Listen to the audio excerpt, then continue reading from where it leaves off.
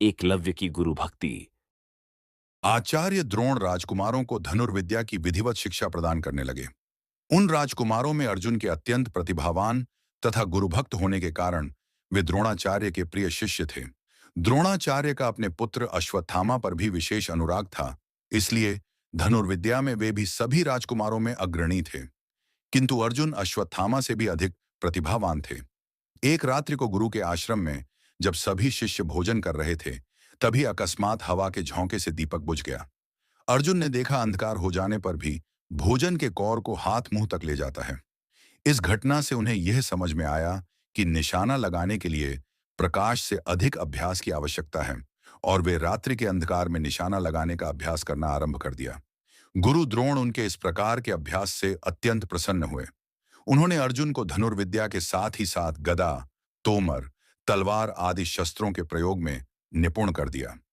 उन्हीं दिनों हिरण्य धनु नामक निषाद का पुत्र एकलव्य भी धनुर्विद्या सीखने के उद्देश्य से द्रोणाचार्य के आश्रम में आया, किंतु निम्न वर्ण का होने के कारण द्रोणाचार्य ने उसे अपना शिष्य बनाना स्वीकार नहीं किया।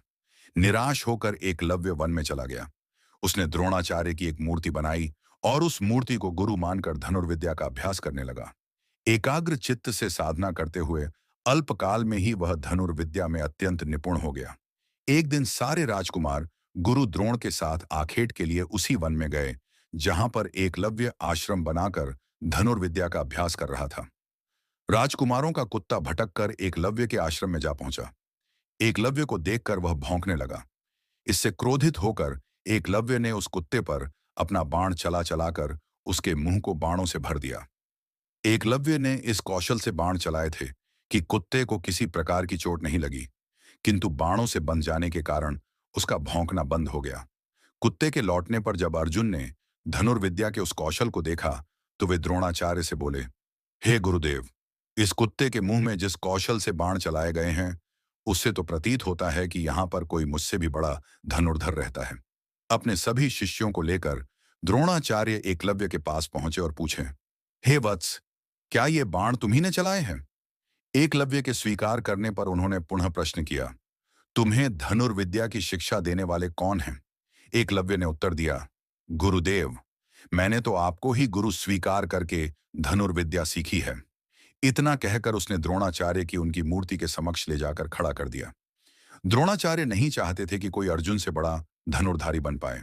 वे एकलव्य से बोले, यदि मैं तुम्हारा गुरु हूं तो तुम्हें मुझको गुरु दक्षिणा देनी होगी। एकलव्य बोला, गुरुदेव, गुरु दक्षिणा के रूप में आप जो भी मांगेंगे मैं देने के लिए तैयार हूं। इस पर द्रोणाचार्य ने एकलव्य से गुरु दक्षिणा के रूप में उसके दाहिने हाथ के अंगूठे की मांग की। एकलव्य ने सहर्ष अपना अंगूठा दे दिया। इस प्रकार एकलव्य अपने हाथ से धनुष चलाने में असमर्थ हो गया, तो अपने पैरों से धनुष चलाने का अभ्यास करना आरंभ कर दिया। ऐसी और पौराणिक कथाओं के लिए हमारे चैनल को सब्सक्राइब करें, लाइक करें और शेयर करना ना भूलें। तो मिलते हैं अगली पौराणिक कथा में। तब तक के लिए धन्यवाद।